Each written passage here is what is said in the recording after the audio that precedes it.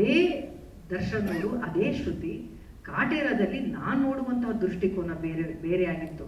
ಒಬ್ಬ ದೊಡ್ಡ ಸ್ಟಾರ್ನ ನೋಡ್ತಾ ಇದ್ದೀನಿ, ಒಬ್ಬ ಸೆಲೆಬ್ರಿಟಿನ ನೋಡ್ತಾ ಇದ್ದೀನಿ, ಜನ ಎಲ್ಲ ತುಂಬಾ ಪ್ರೀತಿಸುವಂತ ಒಬ್ಬ ಆರಾಧ್ಯ ದೈವವನ್ನು ನೋಡ್ತಾ ಇದ್ದೀನಿ ಅಂತ ನನಗೆ ದೃಷ್ಟಿಕೋನ ಬದಲಾಗಿತ್ತು.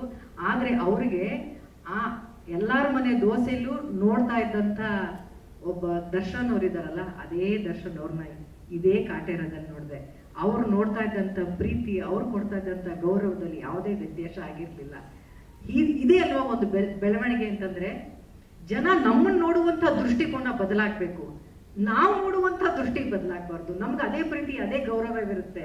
ಜನರ ಮನಸ್ಸಲ್ಲಿ ನಮ್ಮನ್ನು ನೋಡುವಂತ ದೃಷ್ಟಿಕೋನ ಬದಲಾಗಬೇಕು. ಆ ಎತ್ತರಕ್ಕೆ ಅವರು ಇವತ್ತು ಬೆಳೆದಿದ್ದಾರೆ.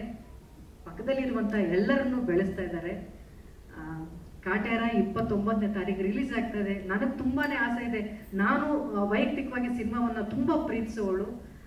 ಇದು ನಮ್ಮ ಕನ್ನಡತನದ ಸಿನಿಮಾ. ಈ ವರ್ಷ ತುಂಬಾ ದೊಡ್ಡ ದೊಡ್ಡ ಸಿನಿಮಾಗಳು ಬಂದಿಲ್ಲ. ಎಲ್ಲರೂ ಹೇಳ್ತಾ ಇದ್ರು ಡಿಸೆಂಬರ್ ಅಲ್ಲಿ ಆ ಸಿನಿಮಾ ಬರುತ್ತೆ, ಈ ಸಿನಿಮಾ ಬರುತ್ತೆ, ಕಾಟೇರ ಹೇಗೆ ಏನ್ ಮಾಡುತ್ತೆ ಅಂತ.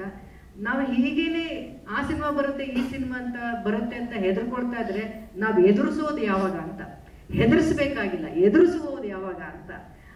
ಈ ಸಿನಿಮಾ ಆ ಥರದ್ದು ಒಂದು ಒಳ್ಳೆ ಸ್ಪೇಸ್ ತಗೊಳ್ಳಿ.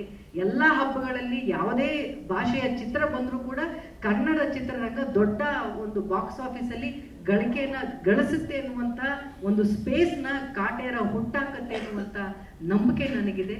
ಅದಕ್ಕೆ ನಿಮ್ಮೆಲ್ಲರ ಮಾಧ್ಯಮದವರ ಎಲ್ಲರ ಒಂದು ಸಹಾಯ ಬೇಕು ಅಂತ ಕೇಳ್ಕೊಂಡು, ನನಗೆ ಕೊಟ್ಟಂತ ಇಷ್ಟು ದೊಡ್ಡ ಸಮಯ, ಸಿನಿಮಾದಲ್ಲಿ ಮಾತ್ರ ಸ್ಪೇಸ್ ಅಲ್ಲ, ಈ ಒಂದು ಪ್ರೆಸ್ ಮೀಟ್ ಅಲ್ಲೂ ಇಷ್ಟೊಂದು ಸ್ಪೇಸ್ನ ಕೊಟ್ಟಿದ್ದಕ್ಕೆ, ತಾಳ್ಮೆಯಿಂದ ಎಲ್ಲರೂ ಕೂತಿದ್ದಕ್ಕೆ ತುಂಬ ಹೃದಯದ ಧನ್ಯವಾದಗಳಂತ ಹೇಳ್ತೀನಿ. ನಮಸ್ಕಾರ.